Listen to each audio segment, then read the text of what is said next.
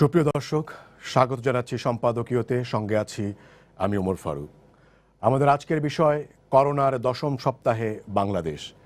এ বিষয়ে আলোচনার জন্য আজ আমাদের সাথে যুক্ত থাকছেন অধ্যাপক ডাক্তার মোজাহেরুল হক, সাবেক উপদেষ্টা, বিশ্ব স্বাস্থ্য সংস্থার দক্ষিণ পূর্ব এশিয়া; ডাক্তার এএসএম আলমগীর, প্রধান বৈজ্ঞানিক কর্মকর্তা আইইডিসিআর; ডক্টর মোহাম্মদ তাজউদ্দিন শিকদার, সভাপতি ও সহযোগী অধ্যাপক, পাবলিক হেলথ অ্যান্ড ইনফরমেটিক্স বিভাগ, জাহাঙ্গীরনগর বিশ্ববিদ্যালয়; এবং চট্টগ্রাম থেকে থাকছেন ডাক্তার সুশান্ত বড়ুয়া, সদস্য সচিব, জনস্বাস্থ্য অধিকার রক্ষা কমিটি, চট্টগ্রাম। আমরা আলোচনার শুরুতেই শিরোনামগুলো দেখে আসছি। একদিনে রেকর্ড 1202 জন সহ দেশে আক্রান্তের সংখ্যা ছাড়ালো 20,000, মৃত 15। ঢাকায় রোগীর সংখ্যা কমলেও বাড়ছে অন্যান্য জেলায়। দেশে করোনা জয়ী 3 চিকিৎসকের দেহ থেকে প্রথমবারের মতো প্লাজমা নেবে ঢাকা মেডিকেল। অ্যান্টিবডি হিসেবে দেয়া হবে আক্রান্তের শরীরে, হবে প্রতিষেধকের বিকল্প। সপ্তাহ ব্যবধানেই জুমার নামাজে মানা হচ্ছে না স্বাস্থ্যবিধির নিয়ম। মসজিদের প্রবেশ মুখে নানা অব্যবস্থাপনার অভিযোগ থাকলেও নামাজ আদায়ে মানা হচ্ছে নিয়ম। চট্টগ্রামের পর এবার রাঙামাটিতে সেনাবাহিনী উদ্যোগে অসহায় কর্মহীনদের জন্য 1 মিনিটের বাজার। রাজশাহীতে মাঠ থেকে সবজি কিনে সরাসরি দেয়া হলো স্থানীয়দের। এবং গরমে জনজীবনে নাভিশ্বাস, জুন মাসের আগে কমছে না তীব্রতা, জানিয়েছে আবহাওয়া অফিস। বঙ্গোপসাগরে নিম্নচাপের জন্য কাল বৈশাখী ঝড়ের পূর্বাভাস। দর্শক, আমরা জানি করোনা যুদ্ধের 69তম দিন আজ। সেই হিসেবে বাংলাদেশ রয়েছে বৈশ্বিক মহামারীর দশম সপ্তাহে। এ সময়ে মহামারীর ব্যাপ্তির হিসেবে 103তম থেকে বাংলাদেশ অবস্থান হয়েছে 30তম। 3 জন থেকে সংক্রমিত লোকের সংখ্যা ছাড়িয়ে গেছে 20,000-এ। একদিনে 1,200 জন শনাক্ত হওয়ার রেকর্ড হয়েছে আজ। যুক্তরাষ্ট্র, যুক্তরাজ্য, ফ্রান্স, জার্মানি ও স্পেনে সর্বোচ্চ আক্রান্ত হয়েছে শনাক্ত হওয়ার পর 61তম থেকে 76তম দিনে। সেই সূত্রে চলতি সপ্তাহটা বাংলাদেশের জন্য ঝুঁকিপূর্ণ বলে মনে করছেন অনেকে। 10 সপ্তাহে বাংলাদেশ প্রতিরোধে কতটা সফল হলো? কোন কোন পদক্ষেপ পুনঃমূল্যায়ন দরকার? সামনের দিনগুলো কিভাবে মোকাবেলা করা উচিত? এসব প্রশ্নের উত্তর ও প্রাসঙ্গিক বিষয় নিয়ে আজকের সম্পাদকীয় করোনার দশম সপ্তাহে বাংলাদেশ। আমি প্রথমেই আইইডিসিআর এর প্রধান বৈজ্ঞানিক কর্মকর্তা ডাক্তার এএসএম আলমগীর আপনার কাছে যাচ্ছি। নমুনা পরীক্ষার দশম সপ্তাহে এসেও সংক্রমণের উপরের যে 30টি দেশ আছে, সেই দেশগুলোর মধ্যে বাংলাদেশের অবস্থান একদম তলানির দিকে। আর দক্ষিণ এশিয়ার 8টি দেশের মধ্যে কেবল আফগানিস্তানের চেয়ে বেশি পরীক্ষা হচ্ছে বাংলাদেশে। আপনার কাছে আমি যেটি জানতে চাই সেটি হচ্ছে, এতে কি বাংলাদেশে করোনা পরিস্থিতির প্রকৃত চিত্র আমরা পাচ্ছি? দেখুন, ধন্যবাদ। বাংলাদেশের করোনার প্রকৃত চিত্র রোগতাত্ত্বিক ভাবেই বলা হয়। আপনি সারা পৃথিবীতেই আপনি যত শনাক্ত করবেন তার 20 থেকে 30% কমিউনিটিতে থাকবেই, অর্থাৎ শতভাগ শনাক্ত কখনোই সম্ভব না। আমাদের একটা পজিটিভ দিক সেটা হচ্ছে যে আমরা অত্যন্ত ছোট দেশ, এবং বাংলাদেশের সকল অঞ্চলের সন্দেহভাজন রোগী যারা, তাদের স্যাম্পল কালেকশন আমাদের এখন করা হচ্ছে। আপনারা দেখেছেন যে কালকে প্রায় 9,000 স্যাম্পল কালেকশন করা হয়েছে আমাদের, এবং সক্ষমতা বাড়ছে। বাংলাদেশে 1টি ল্যাব থেকে শুরু করে আজকে 41টি ল্যাব ফাংশনিং, এবং বাংলাদেশের সকল বিভাগীয় শহরে, অনেক জেলা শহরে, কোন বিভাগীয় শহরে 1 থেকে 3টি ল্যাবও কার্যকর। এবং শুধু টেস্ট বাড়লেই যে রোগীর সংখ্যা বেড়ে যাবে সেটাও না। আসলে প্রকৃত চিত্র হচ্ছে যে ঢাকা এবং নারায়ণগঞ্জের পরে এখন চিটাগংয়ে রোগীর সংখ্যা বাড়ছে, এবং আপনি যদি এইসব অঞ্চলের স্যাম্পল বেশি টেস্ট করেন তাহলে বেশি পজিটিভ পাবেন। আবার যেখানে খুলনা কিংবা বরিশালে 1.5% মতো টোটাল পেশেন্ট, সেখানে হয়তো সংক্রমণ কম, সেখান থেকে কিন্তু আমরা প্রচুর স্যাম্পল টেস্ট করছি। সো অন অ্যান এভারেজ যে 1 সপ্তাহ যাবত আমরা দেখছি প্রায় 14% মতো পজিটিভ হচ্ছে। এটা আমাদের জন্য বেশি। আসলে আমরা তার আগের সপ্তাহে 10%, অ্যারাউন্ড 10% নমুনার পজিটিভ পাচ্ছিলাম। তবে সারা পৃথিবীর কথা যখন বলেন, এখন দেখেন মার্কিন যুক্তরাষ্ট্রে জানুয়ারির শেষে যে কেস পাওয়া গেছে, তারপরে 1 মাস পর্যন্ত সেখানে এরকম সংক্রমণ ছিলই না। তারপরে সংক্রমণ বাড়ার পরে পৃথিবীর এখন সেটা মার্চের মাঝামাঝি এসে সারা পৃথিবীতে যখন সংক্রমণ ছড়াচ্ছে, তখন থেকে হিসাব করেন দেখবেন যে বাংলাদেশে তুলনামূলকভাবে কিন্তু অনেক বেশি বাড়ে নাই আমাদের।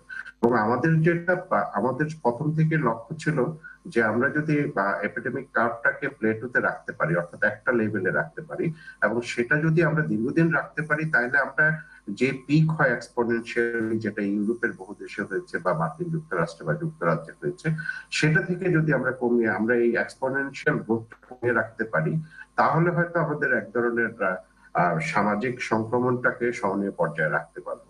আমরা এখন পর্যন্ত সেটা আমাদের আছে, কিন্তু আমরা উদ্বেগজনক ভাবে যেটা লক্ষ্য করেছি যে গত 3-4 দিনে ঢাকা শহর এবং ঢাকার আশেপাশে জনগণের রাস্তায় নেমে আসা যেরকম, এবং আমরা যদিও ছুটির ভিতরে চলছি, কিন্তু আমরা একদিকে গার্মেন্টস খুলে দিয়ে আমাদের একটা সংক্রমণ সম্ভাবনা ঝুঁকি বেড়ে গেছে, আর একদিকে আমাদের দোকানপাট খোলা নিয়ে নানাবিধ ধরনের কার্যক্রম হচ্ছে। বহু ডিস্ট্রিক্ট আমাদের এখন বন্ধ করে দিতে হয়েছে, এবং সব জায়গায় যেটা প্রধানত বলা হচ্ছে যে স্বাস্থ্য ঝুঁকি, যে স্বাস্থ্য বিধিগুলা মেনে চলার জন্য, সেটা আপনারা দেখছেন যে বাংলাদেশে বড় বড় শপিং মল গুলা খোলে নাই, তাদেরকে আমাদের ধন্যবাদ, কিন্তু অনেক ছোট ছোট সব যে দোকানপাট, সেগুলিতে আসলে স্বাস্থ্যবিধি মেনে দোকান পরিচালনা করা, এবং সেটা যদি ঈদের শপিং হয় সেটা দুরূহ ব্যাপার। এই জন্য হয়তো কোথাও কোথাও বন্ধ করে দিতে হচ্ছে। আজকে বোধহয় কুষ্টিয়া বন্ধ করে দিয়েছে সবগুলো দোকানপাটই, এবং এর আগে ফরিদপুরে বন্ধ করেছে, বা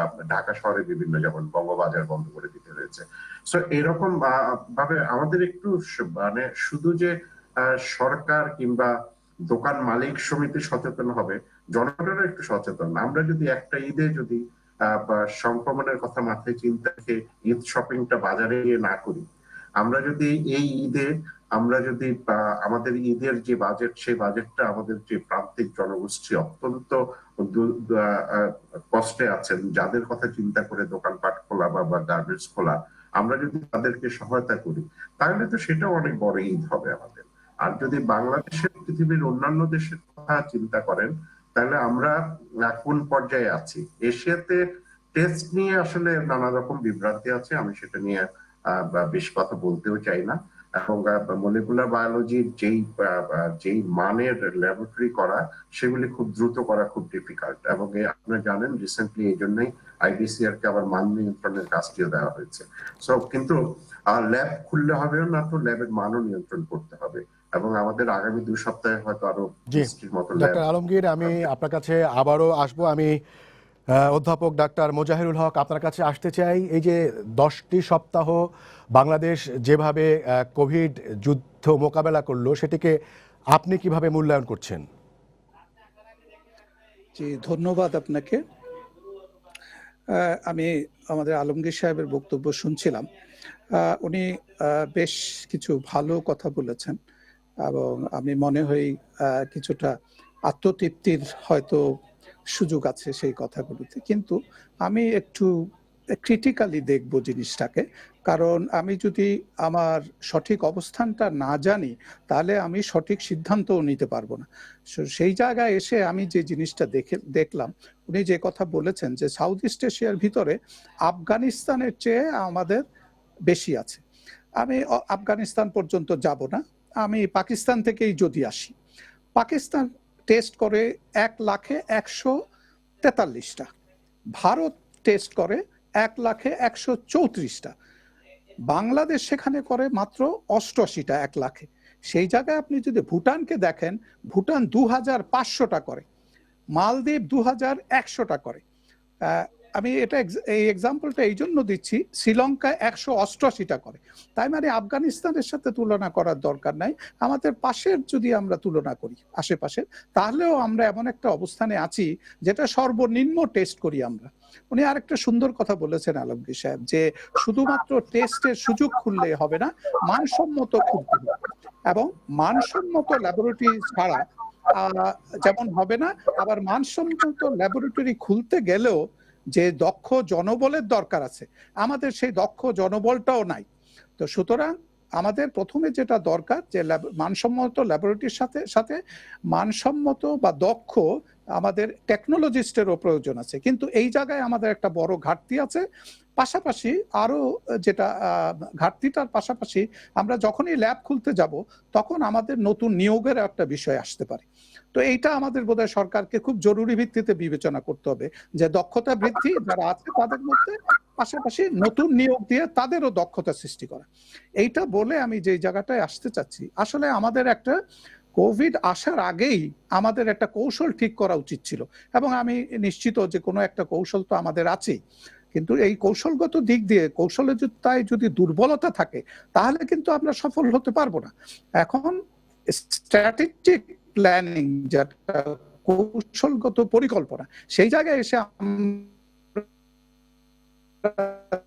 দেখলাম তারিখ পর্যন্ত 18টা দিন আমরা কোনো সেরকম কোনো অ্যাকশন নেই নাই। 26 তারিখে এসে আমরা সারা দেশব্যাপী ছুটি ঘোষণা লকডাউনটা আমাদের দেশে এসছে। লকডাউনটা স্পোরেডিক। আমরা মোহাম্মদপুরে বিল্ডিং লক, একটা এলাকার ওসি সাহেব লকডাউন করে একটা থানা বা ডিস্ট্রিক্ট, আজকে কিন্তু আপনি যদি লক্ষ্য করেন আমরা মাত্র 12টা ডিস্ট্রিক্টে যখন সংক্রমণ ছিল, ঢাকা শহর না, আমাদের 52টা ডিস্ট্রিক্টে কোনো সংক্রমিত রোগীও ছিল না। সেই সময় আমরা সেই সমস্ত জায়গাগুলিতে ছুটি দিয়ে দিয়েছি, অর্থনৈতিক কর্মকাণ্ড বন্ধ করে রেখেছি, অথচ কোনো প্রয়োজন ছিল না সেইগুলি। আজকে আমার কাছে একটা পরামর্শ যেটা আমি দিতে চাই সরকারকে, সেটা হলো আমাদের দেশটাকে এখনো অনেক জায়গায় সংখ্যা আছে, আমাদের দেশটাকে 3 ভাগে ভাগ করেন জেলাওয়ারি, যেই জেলাগুলিতে 10-এর নিচে সংক্রমণ চালু রাখেন এবং স্ট্রিক্টলি ওই লোকগুলিকে আইসোলেশনে নেন, তাদের সংস্পর্শে তাদেরকে ইনস্টিটিউশনাল কোয়ারেন্টাইনে নেন। একটা ইয়েলো জোন করেন যেখানে 10-এর থেকে 100 আছে যেই জেলাগুলিতে, সেইখানে আবার দুরকম কাজ করেন, কোথাও সম্পূর্ণ শিথিল করে দেন আর কোথাও স্ট্রিক্ট লকডাউন করে দেন। আর আমরা যে হটস্পট গুলি আছে আজকে যেগুলি বলছি, নারায়ণগঞ্জ, গাজীপুর, ঢাকা, কিশোরগঞ্জ, এইরকম 100-র উপরে যেখানে আছে, সেই জায়গাতে আপনার কৌশলটা কি হবে এইটা সরকারকে। জি স্যার, আপনাকে অনেক ধন্যবাদ। নিশ্চয়ই আমরা আপনার কাছে আবারও আসবো। আমরা একটু চট্টগ্রাম থেকে ঘুরে আসতে চাই। আমরা যেটি জানি যে এই কোভিডের একদম শুরুর দিকে, করোনা ভাইরাস সংক্রমণের একদম শুরুর দিকে চট্টগ্রামের অবস্থা কিন্তু মোটামুটি সংক্রমণের দিক থেকে বেশ ভালোই ছিল, অর্থাৎ কম ছিল। কিন্তু এখন যেটি বলছেন আইইডিসিআর এর প্রধান বৈজ্ঞানিক কর্মকর্তা সহ, এবং গত কয়েকদিন ধরে যে প্রবণতা দেখা যাচ্ছে সেটা হচ্ছে যে চট্টগ্রাম, ঢাকা এবং নারায়ণগঞ্জের পরেই সেখানে বেশি সংক্রমণের বেশি খবর পাওয়া যাচ্ছে। আমি ডাক্তার সুশান্ত বড়ুয়া আপনার কাছে জানতে চাইব যে চট্টগ্রামের যে এই অবস্থার অবনতি, অর্থাৎ এই লকডাউনের পরে যেখানে উন্নতি হওয়ার কথা, আরও বেশি ভালো হওয়ার কথা, সেখানে যে আপনার এই বন্দরনগরীতে যে অবনতি হচ্ছে সেটার কারণ আসলে কি? ধন্যবাদ আপনাকে। প্রথমেই আপনাকে একটা বিষয় জানাতে চাই যে আমরা আগেই সতর্ক করেছিলাম, বা আমরা এই সংশ্লিষ্ট মহলকে আমরা ব্যক্তিগতভাবে আমরা একটা নাগরিক প্ল্যাটফর্মের পক্ষ থেকে আমরা সতর্ক করেছিলাম যে চট্টগ্রাম যেহেতু ঢাকার পরে এটা একটা বন্দর নগরী এবং এখানে বিভিন্ন রকমের এই সরকারি যে সংস্থাপনা আছে, এটা একটা বন্দর নগরী, port of entry of the corona virus. সেজন্য আমরা বলছিলাম এখানে জনগণের জন্য যে টেস্ট ফ্যাসিলিটিস, পরীক্ষা করবার যে সেন্টার, সেটা বাড়ানো হোক। তাহলে আমরা আমাদের যে স্ট্যাটাস, আমরা কী ধরনের সংক্রমণের মধ্যে আছি, এটা প্রকৃত চিত্র যদি জনগণকে জানাতে পারতাম, অর্থাৎ অধিক সংখ্যক স্বতন্ত্র test centre, Covid test centre স্থাপন করার মধ্য দিয়ে, তাহলে আমরা কিছুটা জনগণ সচেতন হতো এবং আমাদের যে স্বাস্থ্য বিভাগ সেটাও কিন্তু এখানে একটা অবদান রাখতে পারে বলে আমি মনে করি। আমি মনে করছি যে আমাদের যে আইইডিসিআর এর ডক্টর আলমগীর সাহেব যেভাবে শুরু করেছেন, যে আফগানিস্তানের উদাহরণ দিয়ে শুরু করেছেন, এতে আমরা প্রমাণিত, এতে আমরা ধারণা করতে পারি আসলে আমাদের স্বাস্থ্য অধিদপ্তর যে একটা সবচেয়ে পিছিয়ে পড়া একটা দেশকে আমাদেরকে উদাহরণ দিয়ে দেখাতে আমাদের একটা ভরসা দেওয়ার চেষ্টা করছে। আমাদের তো দেখতে হবে যে আমাদের প্রয়োজন আমরা কতখানি প্রিপারেশন নিয়েছি। তো বন্দরনগরীতে অসংখ্য গার্মেন্টস আছে, অসংখ্য এখানে ইন্ডাস্ট্রি আছে, একটা বন্দরনগরী মানে এখানে বিমানবন্দর বলেন, আপনি সমুদ্র বন্দর বলেন। ফলে এই চট্টগ্রাম বন্দরকে রক্ষা করবার জন্য যে ধরনের স্বাস্থ্য বিভাগ থেকে প্রস্তুতি নেওয়ার দরকার ছিল, অর্থাৎ একাধিক এখানে টেস্ট সেন্টার খোলা, একটা মাত্র বিআইটিআইডিতে ফৌজদারহাটে আছে, একটা মাত্র। এখন রিসেন্টলি চট্টগ্রাম মেডিকেল কলেজে শুরু হয়েছে 9 তারিখ থেকে, সেটাও যথেষ্ট না। আর চট্টগ্রাম বিআইটিতে যেটা আছে সেটা মাত্র স্বতন্ত্র একটা সেন্টার। আর এতদিন পর্যন্ত আমাদের ভেটেরিনারি বিশ্ববিদ্যালয় ওটাতে একটু টেস্ট হচ্ছিল, তাও স্যাম্পলটা আপনার সেই বিআইটিআইডি থেকে স্যাম্পল সংগ্রহ করার মধ্যে দিয়ে। কাজেই আমরা যদি চট্টগ্রাম বন্দরনগরীর গুরুত্ব বুঝে এখানে একাধিক স্বতন্ত্র কোভিড টেস্ট সেন্টার ডেভেলপ করাতে পারতাম, তাহলে আমাদের সংক্রমণের যে প্রকৃত চিত্র সেটা বেরিয়ে আসতো এবং জনগণও সেভাবে সচেতন হতো বলে আমি মনে করি। এখন আমি দাবি করব যে আমি প্রত্যাশা করব জি ডাক্তার সুশান্ত বড়ুয়া, আপনার কাছে আমি নিশ্চয়ই আবার আসব অন্য প্রশ্ন নিয়ে। আমি যেতে চাই ডক্টর মোহাম্মদ তাজউদ্দিন শিকদার, সহযোগী সভাপতি পাবলিক হেলথ অ্যান্ড ইনফরমেটিক্স বিভাগ, জাহাঙ্গীরনগর বিশ্ববিদ্যালয়। আপনার কাছে যেটি জানতে চাই, বাংলাদেশে এখন করোনা পরিস্থিতি যেই পর্যায়ে আছে, সেখানে আসলে আপনি কি মনে করেন যে বাংলাদেশ আসলে যে করোনা মোকাবেলার যে কৌশল, সেই কৌশলে আসলে কোন জায়গাতে আছে, মানে বৈশ্বিক যে চিত্র সেটার সাথে যদি আমরা তুলনা করি?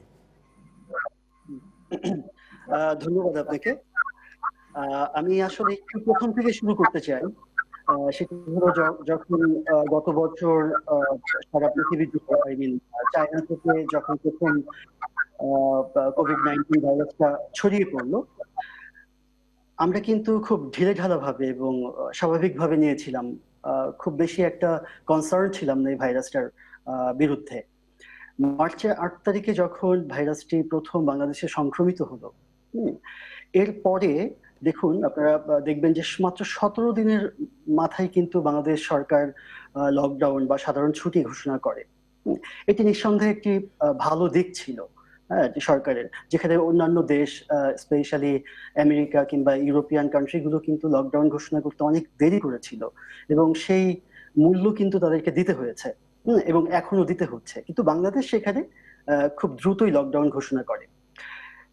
এই যে ঢিলেঢালা ভাবে বা এই কোভিড-19 ভাইরাসটিকে পাত্তা না দেওয়ার কারণে আমাদের এই সাধারণ ছুটি ঘোষণার আগ মুহূর্ত পর্যন্ত যে সময়টি, এই সময়টিতে আমাদের আসলে প্রস্তুতির একটু অভাবই ছিল আমি বলবো। এই কারণ স্বাস্থ্য বিশেষজ্ঞ থেকে শুরু করে সবাই কিন্তু বলেছে যে এটি মহামারী আকারে এবং এটি বাংলাদেশে স্থানীয় সংক্রমণ হিসেবে কিন্তু খুব দ্রুত আমাদের মাঝে দেখা দিবে এবং সেহেতু আমাদেরকে টেস্ট এবং চিকিৎসা, এই দুটি বিষয় আমাদেরকে নিশ্চিত করতে হবে। আমি আসলে যেই জায়গাটিতে আসতে চাই যে বাংলাদেশ উন্নতি করেছে, বাংলাদেশ সরকার অনেক উন্নতি করেছে, কিন্তু উন্নতিটা হয়েছে অনেক ধীরে এবং আপনার বক্তব্য অনুযায়ী এই ধীরে উন্নতি হওয়ার কারণে আমাদের খুব ভালো অবস্থান থেকে কিন্তু আমরা খুব খারাপ অবস্থানের দিকে চলে গেছি। এখন আমাদের অবস্থান শুধুমাত্র আফগানিস্তানের একটু উপরে, তাই না? 17 কোটি মানুষের বিপরীতে আসলে দৈনিক যে পরিমাণ টেস্ট এখন হচ্ছে, এটি সত্যি অপ্রতুল। কোনোভাবেই আত্মতৃপ্তির সুযোগ নাই এই মুহূর্তে। কারণ আমরা জানি যে এখন কিন্তু ঢাকা, গাজীপুর কিংবা নারায়ণগঞ্জে এই করোনা ভাইরাস কিন্তু আর সীমাবদ্ধ নেই, সারা বাংলাদেশে কিন্তু ছড়িয়ে গেছে। হ্যাঁ, তো সারা বাংলাদেশে যদি ছড়িয়ে যায়, সেই বাস্তবতায় আমরা আসলে কি করছি, আমরা টেস্টের পরিধি কি পরিমাণ বাড়িয়েছি, সেই জিনিসগুলো কিন্তু আমাদের আসলে এখনো আমরা সেই থ্রেশহোল্ড লিমিটে আমাদের টেস্টকে কিন্তু আমরা এখনো নিতে পারিনি। এর মধ্যে দেখুন, আমরা আরো বলেছিলাম যে 40 থেকে 60তম দিন, কারণ বহির্বিশ্বের স্টাডি আমরা কনসিডারেশনে নিয়ে আমরা বলেছি যে 40 থেকে 60তম দিন খুবই ঝুঁকিপূর্ণ, কারণ উচ্চ আক্রান্তের দেশে সংক্রমণটা সবচেয়ে বেশি এবং মৃত্যু সবচেয়ে বেশি এই সময়টাতে হয়েছিল। সেই সময়টা কিন্তু আমরা পার করেছি এবং আমরা দেখেছি যে এই সময় শেষে লকডাউন আস্তে আস্তে শিথিল কিংবা তুলে দেওয়া হয়েছে। এখন বিষয় হচ্ছে যে লকডাউন শিথিল কিংবা তুলে দিতেই হবে, কারণ আপনারা হয়তো জানেন যে ঢাকা ইউনিভার্সিটির হেলথ ইকোনমিক্স ডিপার্টমেন্টের একটা স্ট্যাটিস্টিক্স বা একটা স্টাডি ছিল যে দৈনিক প্রায় 3,500 কোটি টাকারও বেশি অর্থনৈতিক ক্ষতি কিন্তু বাংলাদেশের অর্থনীতিকে গত 2 মাস ধরে নিতে হয়েছে। সো আমরা আসলে ভেবেছি যে আমাদের মনে হয়েছে যে হ্যাঁ, সরকার হয়তো লকডাউন শিথিল কিংবা তুলে নেওয়ার একটা প্রক্রিয়া শুরু করবে, কিন্তু তার আগে যে প্রস্তুতিটা, সেই প্রস্তুতিটা কিন্তু আমরা সেভাবে নেইনি বলেই আমি মনে করি। এই কারণে যে আমাদের টেস্টের সংখ্যা কিন্তু সেই অনুপাতে এখনো বাড়েনি। আরেকটি বিষয় আমি বলি, যেমন গার্মেন্টস যখন খুলে দেওয়া হয়েছে, আমরা আহ, মানে খুব অবাক হয়ে খেয়াল করেছি যে তাদের প্রিকশনের জন্য কোনো কিন্তু স্ট্র্যাটেজিক কোনো প্ল্যান কিন্তু ওভাবে আমরা দেখিনি। যেমন প্রত্যেকটা গার্মেন্টসে যদি একটা এরকম হেলথ চেম্বার করা যেত, যে ওই গার্মেন্টস এর কর্মরত সমস্ত শ্রমিকের টেস্ট এবং চিকিৎসার দায়িত্ব, যদি কেউ আক্রান্ত হয়ে যায় তাদের কোয়ারেন্টাইন থেকে শুরু করে সবকিছু ওই গার্মেন্টস মালিক কিংবা ওই গার্মেন্টস সেক্টর ওভাবে করবে, সেই ধরনের কোনো নির্দেশনাও কিন্তু আমরা দেখিনি। এটি করতে পারলে আসলে খুব ভালো হতো, এটি করা হয়নি। আমার মনে হয় যে মানে প্রত্যেকটি ক্ষেত্রে মানে গার্মেন্টস গুলোকে কিন্তু সরকারের পক্ষ থেকে আমার জানা মতে যে নির্দেশনা দেওয়া হয়েছে এবং স্বাস্থ্যবিধি মেনেই গার্মেন্টস চালাতে হবে সেটিও বলা হয়েছে, কিন্তু বাস্তবে আসলে কতটুকু রক্ষা করা যাচ্ছে সেটাই হচ্ছে আসলে প্রশ্ন। জাস্ট স্যানিটাইজিং এজেন্ট ইউজ করেই শ্রমিকরা কিন্তু গার্মেন্টসে প্রবেশ করছে। আরেকটি বিষয় হচ্ছে, আমাদের সবাইকে মনে রাখতে হবে যে আমাদের পুরো স্বাস্থ্য খাত কিন্তু হচ্ছে আপনার নন কমিউনিকেবল ডিজিজের উপর বিশেষ করে নির্ভরশীল বা নির্ভর করে গড়ে উঠেছে। তো সেখানে এই ভাইরাসের সংক্রমণটা আমাদের জন্য একটু সারপ্রাইজিং ছিল। এই জন্য একটু এলোমেলো অবস্থা আমরা দেখতে পাচ্ছি। যেটা অধ্যাপক মাজহারুল স্যার একটু বলেছেন, আমি একটু শেষ করি, সেটা হচ্ছে যে একটি প্ল্যান, একটি মডেল, হ্যাঁ, করোনা প্রতিরোধের একটি খুব মানে ভালো বা গ্রহণযোগ্য একটা মডেল কিন্তু আমরা এখনো আসলে জাতির সামনে ওভাবে তুলে ধরতে পারিনি। যেমন উনি 3টি জেলাকে আপনার পৃথক করতে বলেছেন। আমার কাছে মনে হয় যে বাংলাদেশে 68,000 গ্রামে কর্মরত যে স্বাস্থ্যকর্মীরা আছে, এই সময়টাতে যদি আমরা তাদেরকে ফুললি অ্যাক্টিভ করতে পারতাম এবং অনলাইনে কিংবা ওভার টেলিফোনে তাদেরকে আমরা প্রশিক্ষণ দিয়ে প্রত্যেকটা বাড়িতে পাঠাতে পারতাম এবং প্রত্যেকটি বাড়িতে করোনা সংক্রমণের উপসর্গ নিয়ে কোনো ব্যক্তি আছে কিনা সেই ইনফরমেশনটুকু তারা গ্রাম, ইউনিয়ন, জেলা, উপজেলা এর মাধ্যমে আইডিসিআর কে যদি পৌঁছাতে পারতো, এবং এরই প্রেক্ষিতে যদি আমরা আপনার ডক্টর তাজউদ্দিন, আমি আপনার কাছে নিশ্চয়ই আবারও আসবো। আমি ডাক্তার ASM আলমগীর আপনার কাছে আসতে চাই। আপনি তিনজন বক্তার আলোচকের যে আলোচনা সেটি নিশ্চয়ই শুনেছেন। তারা মূলত সবাই আসলে টেস্টের ক্ষেত্রে আইডিসিআর যে অবস্থান সেটির সাথে দ্বিমত পোষণ করেছেন এবং এই 10ম সপ্তাহে এসেও আসলে বাংলাদেশ জানে না। তারা যেটি বলছেন যে বাংলাদেশ আসলে কোন কৌশলে বা কোন মডেলে এই কোভিড যুদ্ধটি মোকাবেলা করছে, এই বিষয়ে আপনি কি বলবেন? না, ধন্যবাদ। আসলে মহামারীর প্রস্তুতি কখনো শেষ হয় না। আর কোন কৌশলে আসলে আমাদের এখানে হয়তো তথ্যগত গ্যাপ আছে। এখানে বাংলাদেশের একটা প্রিপেয়ারনেস প্ল্যান আছে, বাংলাদেশ সেই প্রিপেয়ারনেস প্ল্যানের উপরে কাজ করে এবং সেই প্রিপেয়ারনেস প্ল্যান একটা লিভিং ডকুমেন্ট, এটা আপনারা আমাদের বিভিন্ন ওয়েবসাইটে পাবেন। আমরা তথ্যগত ভুল, আরেকটা তথ্যগত ভুল আমাদের এখানে আছে, আমরা গত 2-1 দিনের ডেটাটা আমরা দেখি না। আমরা সাউথ এশিয়াতে one of the highest test করার দেশ এখন না। আমরা ওয়েবসাইটে যেগুলি আছে সেগুলি শুধু দেখলে হবে না, তথ্যগত তো WHO সাইটে বিভিন্ন সাইটে আছে, সেগুলি দেখা উচিত। আর চট্টগ্রাম থেকে যেটা দাদা বলেছেন সেটা আমি সম্পূর্ণ একমত, চিটাগংয়ে আমাদের আরো কাজকর্ম বাড়ানো উচিত। কিন্তু চিটাগংয়ে এখন শুধু চিটাগং শহরেই 3টা ল্যাব কাজ করে। আসলে আমাদের প্রত্যেকটা ল্যাবের কিন্তু স্যাম্পল সংগ্রহ করে, অর্থাৎ নমুনা সংগ্রহ করে কারোই আসলে সেই সক্ষমতা অধিকাংশ ল্যাবেরই নাই। এগুলি আমাদের মেডিকেল কলেজ, আমাদের স্পেশালাইজড ইনস্টিটিউট, কিন্তু সেখানে যে নমুনাটা সেটা আমাদের জেলা এবং উপজেলা থেকে সংগ্রহ করে এবং সেটা জেলা পর্যায়ে আসে, জেলা পর্যায়ে থেকে ল্যাবে যায়, ল্যাব থেকে ডিস্ট্রিবিউশন হয়। এটাই হলো বাংলাদেশের আমার 41টা ল্যাবের মধ্যে একমাত্র নমুনা সংগ্রহ করে আইডিসিআর। এছাড়া উন্নত কারোদের নমুনা সংগ্রহের এই সক্ষমতা নাই। আমাদের উপজেলা পর্যায়ে মেডিকেল টেকনোলজিস্টরা, জেলা পর্যায়ে মেডিকেল টেকনোলজিস্টরা এবং কিছু ট্রেন্ড আমাদের ইপিআই টেকনোলজিদের কাউকে ইউজ করা হচ্ছে, কিছু আমাদের টেম্পোরারি অ্যাপয়েন্টমেন্ট দেওয়া আছে। তারাই সারা দেশ থেকে নমুনা সংগ্রহ করে জেলা থেকে যেসব জেলা ল্যাবরেটরি আছে সেই ল্যাবে পাঠানো হয় এবং সিভিল সার্জন, বিভাগীয় পরিচালক, উপজেলা health and family planning officer তারা তত্ত্বাবধান করে। সারা দেশের সকল নমুনা ল্যাবগুলোতে আসে এবং সেখানেও ল্যাব কত স্যাম্পল টেস্ট করতে সক্ষমতা রাখে সেই অনুযায়ী ডিস্ট্রিবিউশন হয়। এবং চিটাগং এ যে 3টি ল্যাব তারই আসলে নমুনা সংগ্রহ করে পরীক্ষা করার শুধু বিআইটি দিয়ে আউটডোরে করা হয়। এবং এগুলো আপনারা জানেন যে প্রক্রিয়া এগুলো সহজ নয়, জটিল এবং জটিল প্রক্রিয়া, এবং অনেকেরই এরকম দক্ষ জনবল নাই। এবং জনবল বাড়াতে হবে, সেটা অবশ্যই সত্যি কথা। এবং পৃথিবীর বহু দেশ আসলে আমরা যেভাবে টেস্ট করি, আমেরিকা এবং যুক্তরাজ্য যে টেস্ট করে সাধারণ মানুষ করে, টেলিভিশনে করে দেখতে, কিন্তু প্র্যাকটিসটা এরকম। যুক্তরাজ্যের ক্ষেত্রে আপনার যদি অক্সিজেন স্যাচুরেশন 92% নিচে না নামে, তাহলে বলা হয় আপনি বাড়িতেই থাকুন, আপনার পরীক্ষা করার প্রয়োজন নাই, আপনি অনলাইনে ডাক্তারের সাথে কনসালটেশন করবেন। আর নিউ ইয়র্কের অবস্থা আপনারা দেখেছেন, একদম নোটিশ দিয়ে বলা হয়েছে আপনি যদি তীব্র শ্বাসকষ্ট, সিভিয়ার শর্টনেস অফ ব্রেথ না হয়, তাহলে আপনার ডাক্তারের কাছে আসার প্রয়োজন নেই। আমরা টেস্টে নজর দিতে পারলে খুবই ভালো। এবং কমিউনিটি পর্যায়ে বাড়িতে গিয়ে আমরা স্যাম্পল এখনো কালেকশন করি। এটা হয়তো আমাদের প্রক্রিয়ার জন্য অনেকেই আমরা জানি না। আমাদের কমিউনিটি পর্যায়ের কাজকর্ম, আমাদের কমিউনিটি ক্লিনিক গুলো ইউজ করা হয়। আমাদের স্বাস্থ্যকর্মী প্রতিটি গ্রামে আছে। বাংলাদেশে এখন 80,000-এর বেশি গ্রাম। ডাক্তার আলমগীর, আমি মনে হয় যে টেস্ট নিয়ে আপনার যে বক্তব্য সেটা আমরা অনেকটা স্পষ্ট হয়েছে। আমি আরেকটি প্রসঙ্গে যেতে চাই, সেটি হচ্ছে যে আপনি বলছিলেন যে আপনাদের একটি মডেল আছে, তো সেই মডেল অনুযায়ী এই 10ম সপ্তাহে বাংলাদেশকে আপনারা কোথায় দেখতে চেয়েছিলেন, এবং আসলে পুরো বিশ্ববাসীর মতো বাংলাদেশের মানুষও জানতে চায় যে কোভিডের যে পরিস্থিতি সেটি থেকে আসলে আমরা কবে মুক্তি পাবো? আচ্ছা, এখানে মুক্তি কবে পাবো, সারা পৃথিবী কবে মুক্তি পাবে সেটার উপর ডিপেন্ড করবে। কিন্তু বাংলাদেশের মডেল যেটা করা হয়, আমাদের স্বাস্থ্য অধিদপ্তরের একটা বিশেষজ্ঞ কমিটি আছে জনস্বাস্থ্য বিষয়ক, তাদের একটা বিদেশি কিছু সায়েন্টিস্ট মিলে আইডিএস এর তথ্য উপাত্ত দিয়ে যে একটা মডেলিং করেছে, সেই ডাটাগুলো আপনারা দেখতে পাচ্ছেন। পরে আমাদের এখানে হেলথ ইকোনমিক্স ডিপার্টমেন্ট এবং আরো একটা অর্গানাইজেশন তারা সেটাকে সংশোধন করেছে। এবং আইডিএস এর নিজস্ব মডেল আছে। শুনেন, সারা পৃথিবীতে মডেলিং করা হয় আসলে প্রস্তুতির জন্য।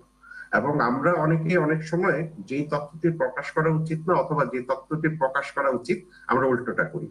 আমাদের দেশে আমরা আমাদের আইডিসিআর এর যে মডেলিং কার্যক্রম বা ডিজি হেলথের যে মডেলিংটা করা হয়েছে সারা পৃথিবীতে, বিভিন্ন অর্গানাইজেশনে আমার সাথে এগুলিতে ইনভলভ। শুধু সিঙ্গাপুরের যেটা করা হয়েছে সেটা আমাদের সাথে ইনভলভ না, এবং সেটা আসলে তাদের অনেক লিমিটেশনস আছে, যারা পড়েছেন তারা দেখেছে সেখানে। এই হিসাবে আমাদের কিন্তু মে মাসের মাঝামাঝি এসে আমাদের পিক হওয়ার কথা, কিন্তু আমাদের সর্বোচ্চ চেষ্টা ছিল পিকটাকে একটা পিক না যাই আমরা প্লেটু, অর্থাৎ এই যে 800 থেকে 1500 বা 2000 পেশেন্ট যদি আমরা ধরে রাখতে পারি, তাহলে আমাদের এক্সপোনেনশিয়ালি পিক হওয়ার কথা না, অনেক বেড়ে যাওয়ার কথা না হঠাৎ করে। এবং এই পর্যায়ে যদি আমরা 20 বা 25 তারিখ পর্যন্ত ধরে রাখতে পারি, তাহলে কিন্তু আমাদের সংক্রমণ সংখ্যা আস্তে আস্তে কমার কথা।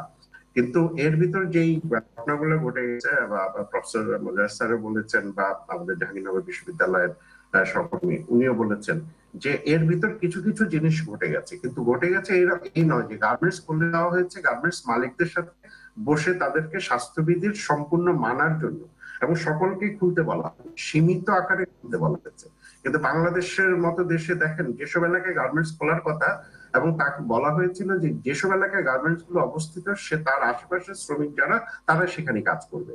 কিন্তু আপনারা দেখলেন যে পরের দিনই খোলার কথা হলো মে 2 তারিখে, অ্যানাউন্সমেন্ট এসেছে এপ্রিলের 25 তারিখে, এবং তখন থেকে শ্রমিকরা ঢাকার পক্ষে রওনা হলেন।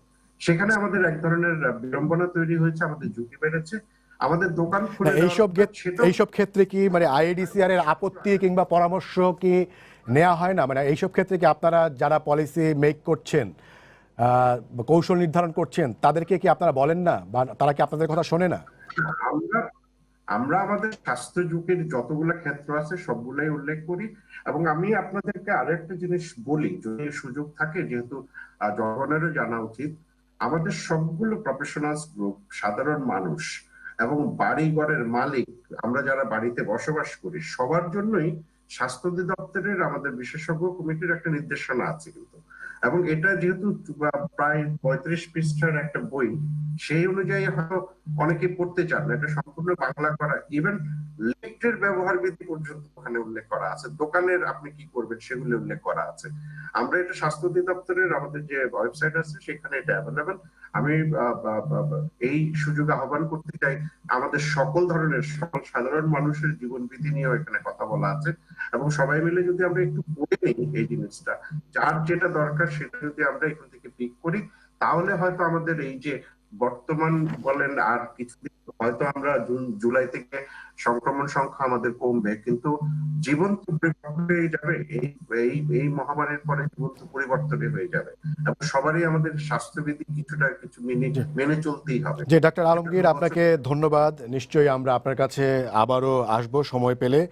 আমি অধ্যাপক ডাক্তার মোজাহিরুল হক আপনার কাছে আসতে চাই, সেটি হচ্ছে যে স্বাস্থ্যবিধি না মানা নিয়ে কথা উঠেছে এবং সপ্তাহের ব্যবধানেই জুমার নামাজে যে স্বাস্থ্যবিধির কথা বলা হচ্ছিল সেটি মানা হচ্ছে না, সেটি আমরা আমাদের একটি যে 5টি হেডলাইন আমরা পড়েছি সেখানে বলা হয়েছে। তো এই বাস্তবতায় আসলে মানে কি করণীয়? ধন্যবাদ আপনাকে। আমি এই বিষয়টাকে আসার আগে আর একটু আলোকপাত করতে চাই যে আপনার যখন সমস্যা থাকবে তখন সমস্যা সমাধানের জন্য আপনাকে কিছু প্রায়োরিটি ঠিক করতে হবে, যে কোনটা আমি আগে করব। এইটা বলে আমি যে জায়গাটায় আসব, যে আমাকে প্রথম বাংলাদেশে যেই কাজটা করতে হবে সেটা হলো আমাকে রোগীকে শনাক্ত করতে হবে। কারণ আমি যদি রোগীটাকে শনাক্ত না করি তাহলে এই লোকটা অন এন অ্যাভারেজ 3 থেকে 4 জন লোককে সংক্রমিত করছে, তাদের সংস্পর্শে যারা আসছে তারাও সংক্রমিত হচ্ছে। সুতরাং delay in identifying a corona infected person will cause relatively off হবে। যত তাড়াতাড়ি সম্ভব আমরা রোগীগুলিকে শনাক্ত করে ফেলতে হবে, না হলে আমাদের কিন্তু কোথায় গিয়ে আমরা দাঁড়াবো সেটা কিন্তু বলা যাচ্ছে না। এইটা বলে আমি যে জায়গায় আসতে চাচ্ছি, এইটাকে আমাদের প্রায়োরিটি ঠিক করে যেই কাজটা করতে হবে সেটা হলো অবশ্যই আমাদের সারা দেশকে সংক্রমণের ঝুঁকিতে রেখে আমরা কিন্তু অগ্রসর হতে পারবো না। আমাদের যেটা করতে হবে, আমি যে প্রস্তাবটা দিয়েছি যে হটস্পটগুলিতে যত তাড়াতাড়ি সম্ভব আমাদের সেখানকার রোগীগুলিকে শনাক্ত করে তাদেরকে আইসোলেশনে এবং চিকিৎসায় নিতে হবে। তাদের সংস্পর্শে যারা এসছে তাদেরকে আমাদের কোয়ারেন্টাইনে নিতে হবে, প্রাতিষ্ঠানিক কোয়ারেন্টাইনে। এইটা প্রায়োরিটি হইতে হবে। তাহলে আমরা যেটা এখন দেখছি যে ক্লাইম্বিং একটা আমরা সোজাসুজি খারাপভাবে এখন কিন্তু উপরে যেটাকে বলি আমরা পিক, কার্ভের যে পিক সেই দিকে যাচ্ছি, এবং এইটা কোথায় গিয়ে থামবে আমরা কিন্তু বলতে পারি না যতক্ষণ পর্যন্ত না আমরা টেস্টের সীমাটা সারা দেশব্যাপী ব্যাপৃত করতে পারছি, তার মানে সংখ্যাটা বাড়াচ্ছি। এইটা বলে আমি আপনাকে একটু এক্সাম্পল দেই। ইটালি পিকে পৌঁছেছিল 45 দিনে, স্পেন পিকে পৌঁছেছে 50 দিনে, আমেরিকা পিকে পৌঁছেছে 55 দিনে, আর আমরা এখনো পর্যন্ত পিক তো দূরের কথা, স্টিল ইট ইজ ক্লাইম্বিং। তার মানে আমাদের কেউই প্রেডিক্ট করতে পারবো না যে কখন আমরা পিকে যাব, কখন আমরা প্ল্যাটুতে যাব, আর কখন আমাদের কমবে আমরা ততদিন পর্যন্ত করতে পারবো না যতদিন পর্যন্ত টেস্টের আওতা বাড়িয়ে আমরা এই যে সংক্রমিত রোগদেরকে মানে আইডেন্টিফাই করে আইসোলেট করতে না পারবো এবং সংস্পর্শে আসা টেস্টের আওতা তো বাড়ছে, সেটি হচ্ছে যে একদম আইডিসিআর এর যে দপ্তর সেখান থেকে এখন 41টি হয়েছে। জি, তো সেই জন্যই আমি বলছি যে আপনি যেইভাবে বাড়ছে আমাদের, এটা খুব স্লো বাড়ছে। এইগুলিতে আক্রমণাত্মক একটা অ্যাগ্রেসিভ অ্যাপ্রোচ নিতে হবে, কারণ এর অল্টারনেটিভ তো কিছু নাই। যখন আপনার কাছে অল্টারনেটিভ না থাকবে তখন আপনাকে একটা আক্রমণাত্মক ভূমিকা নিতে হবে। সেই ভূমিকা হলো টেস্ট যত তাড়াতাড়ি সম্ভব তার আওতা বাড়ানো, এবং সেটার জন্য যা করণীয় সেটা কথা। আমি একটা এক্সাম্পল দিই আপনাকে। বাংলাদেশে দক্ষ জনবলের অভাব টেকনোলজিস্টের আছে, এইটা কিন্তু আছে, স্বীকার করে আমি বলবো। প্রাইভেটলি যেই হাসপাতালগুলিতে সারা বাংলাদেশের এবং ডায়াগনস্টিক সেন্টারে যেই পরিমাণ টেকনোলজিস্ট কাজ করছে, তাদেরকে আমরা কেন ব্যবহার করছি না একটা ইমার্জেন্সি পিরিয়ডে? তাদেরকে এনে আমরা কেন টেস্টের আওতা সম্প্রসারিত করছি না? এটা একটা এক্সাম্পল দিলাম আপনাকে। আরেকটা এক্সাম্পলে যাই আমি, যে আপনারা লকডাউনের কথা বলছেন। লকডাউন শিথিল বা উইথড্র করার জন্য তো কিছু নির্দেশনা আছে ডব্লিউএইচও, যে যখন আপনি থামবেন, সংক্রমণ থামবে, তখন আপনি শিথিল করতে পারেন। যখন আপনার হেলথ সিস্টেমের ক্যাপাসিটি বাড়বে তখন আপনি করবেন। কিন্তু আমরা কখন শুরু করে দিলাম খোলা? আপনি যদি অস্ট্রেলিয়ার রিসেন্ট ইয়েটা দেখেন, যারা শিথিল করতেছে, তারা প্রথম কি খুলেছে? তারা রেস্টুরেন্ট, এবং রেস্টুরেন্টকে বলেছে আপাতত তোমরা 10 জন কিন্তু কাস্টমারকে এন্টারটেইন করতে পারবা। যত এটা ফেজ ওয়াইজ তারা ওপেন, 10, তারপরে 20, তারপরে 50, তারপরে 100, এইভাবে তারা আস্তে আস্তে রেস্টুরেন্টগুলি খুলতেছে। আপনি যদি বেলজিয়ামের দিকে দেখেন, লকডাউন উদ্যোগে তারা প্রথমে কি খুলেছে? তারা ছোট ছোট দোকান খুলেছে। তারা রেস্টুরেন্ট খুলবে গিয়ে হলো আপনার জুন মাসে। সুতরাং আমরা লকডাউন শিথিল করছি, খুলে দিচ্ছি, ঠিক মতো পালিত হচ্ছে না। আর একটা কথা সবসময় বলা হয়, জনগণ মানে না। শুনেন, জনগণ মানে কি মানে না সেটা বড় কথা নয়, সরকারের কাজ হলো মানানো। আমরা যারা মানছি তারা মানছি, যারা মানছে না তাদের জন্য তো আমাদের আইন শৃঙ্খলা রক্ষা বাহিনীর আছে। সরকার তাদেরকে ব্যবহার করে এই আইন তো মানাতে হবে, না হলে সরকারের এই নির্দেশনার তো কোনো ফল তো জনগণ পাবে না। জি স্যার, সুতরাং আপনাকে আমার মনে হয় ধন্যবাদ। মানানোর আমরা একটু দায়িত্বটা সরকারকে চট্টগ্রামে নিতে হবে। যেতে চাই, আমরা সময় পেলে নিশ্চয়ই আপনার কাছে আবারও আসবো। ডাক্তার সুশান্ত বড়ুয়া, আপনি শুনছিলেন যে অধ্যাপক ডাক্তার মোজাহিরুল হক মানে পুরো বাংলাদেশকে সামনে রেখে কিছু পরামর্শ দিয়েছেন। চট্টগ্রামকে সামনে রেখে আপনি মানে কি ধরনের পরামর্শ দিবেন, সামনের দিনে কি করা উচিত? আমি অধ্যাপক মোজাহির স্যারের সাথে সম্পূর্ণ একমত। আমাদের চট্টগ্রামে যেহেতু এটা বিশাল একটা বন্দর নগরী, সিটি কর্পোরেশন এলাকাতে প্রায় 60 লক্ষাধিক জনগণ আছে এবং পুরো চট্টগ্রাম বিভাগে আছে কয়েক কোটি জনগণ, 4 কোটি মতো। তাহলে এখানে টেস্ট সেন্টার বাড়াতে হবে। বিআইটিআইডি একমাত্র টেস্ট সেন্টার, সেটা যথেষ্ট নয়। ওর ক্যাপাসিটি মাত্র 150 থেকে 200 সর্বোচ্চ।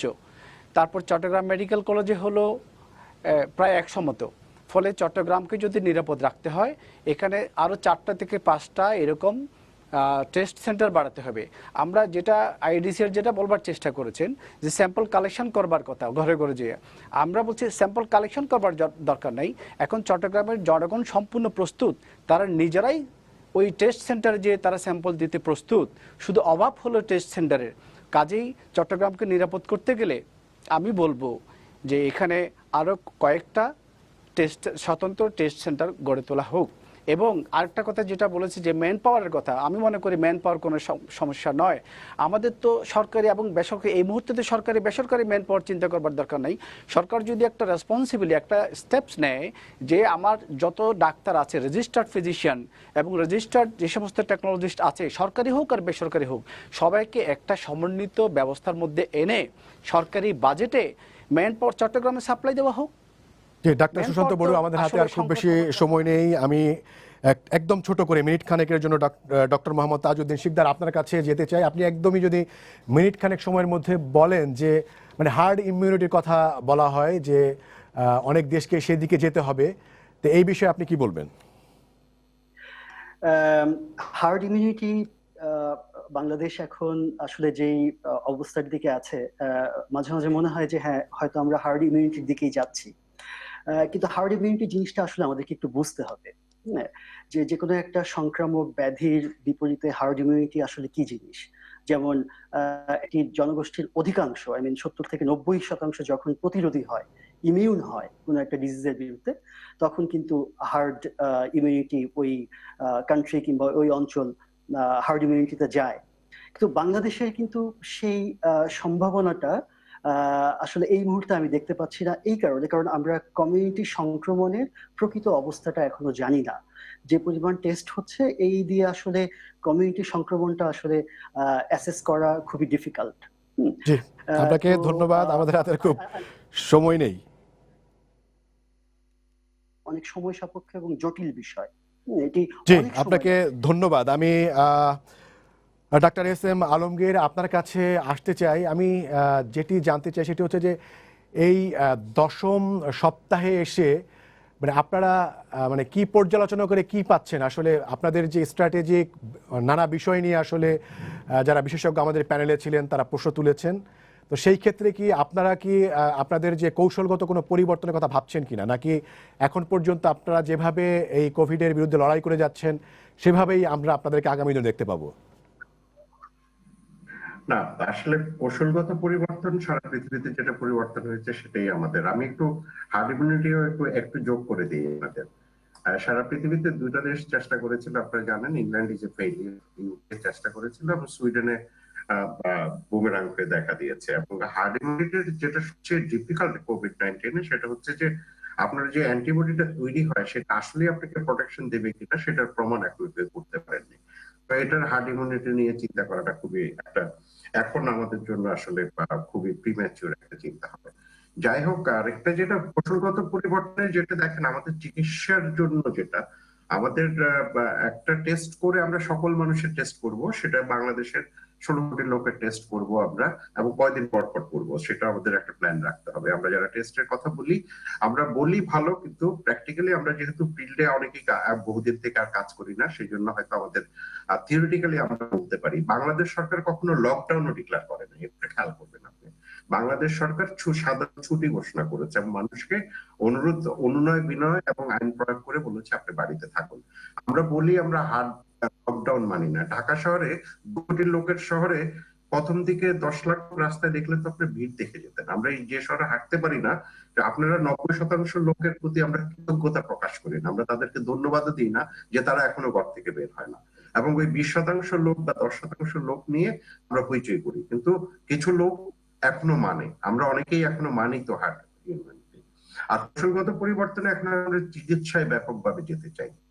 কোভিড-19 নিয়ে যেটা সমস্যা হয়েছে, যে বিভিন্ন হাসপাতালে চিকিৎসা যে সমস্যা তৈরি হয়েছিল, সেটা নিয়ে আমরা এখন ব্যাপকভাবে কাজ করছি। আসলে সকল হাসপাতালে কাজ করছি। আপনি জানেন আমরা ঢাকা শহরে বড় বড় হাসপাতাল উদ্বোধন হয়ে যাবে এর ভিতরে, এবং আমরা সংক্রমণটা একটা পর্যায়ে রাখতে চাই এই জন্যই যে আমার স্বাস্থ্য ব্যবস্থা এমনি ওভারহেলড হয়ে গেছে, এবং সেটা যদি আমরা অনেক রোগী একসাথে হয়, আমরা জানি 80% রোগীকে আমরা বাসায় রেখে ট্রিটমেন্ট করব, কিন্তু 20% যদি 3% ক্রিটিক্যাল